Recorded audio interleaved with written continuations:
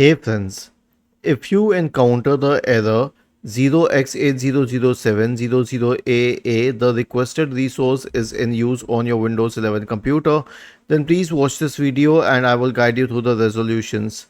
Now here's the thing, if you're trying to trying to rename an application or trying to access an application which is already open, then you will not be able to use it. So you will have to click on this option and close it.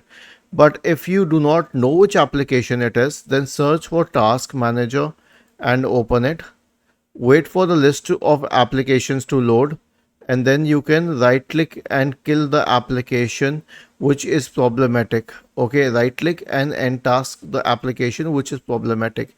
But if this doesn't help either, then search for system configuration in the Windows search bar and open system configuration. Now go to the services tab. Check the box associated with hide all Microsoft services.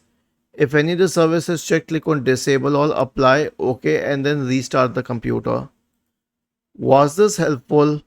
If yes, then please subscribe to the channel. If not, then let us know in the comment section of the video on how we could help you further. Thank you for watching this video and have a nice day.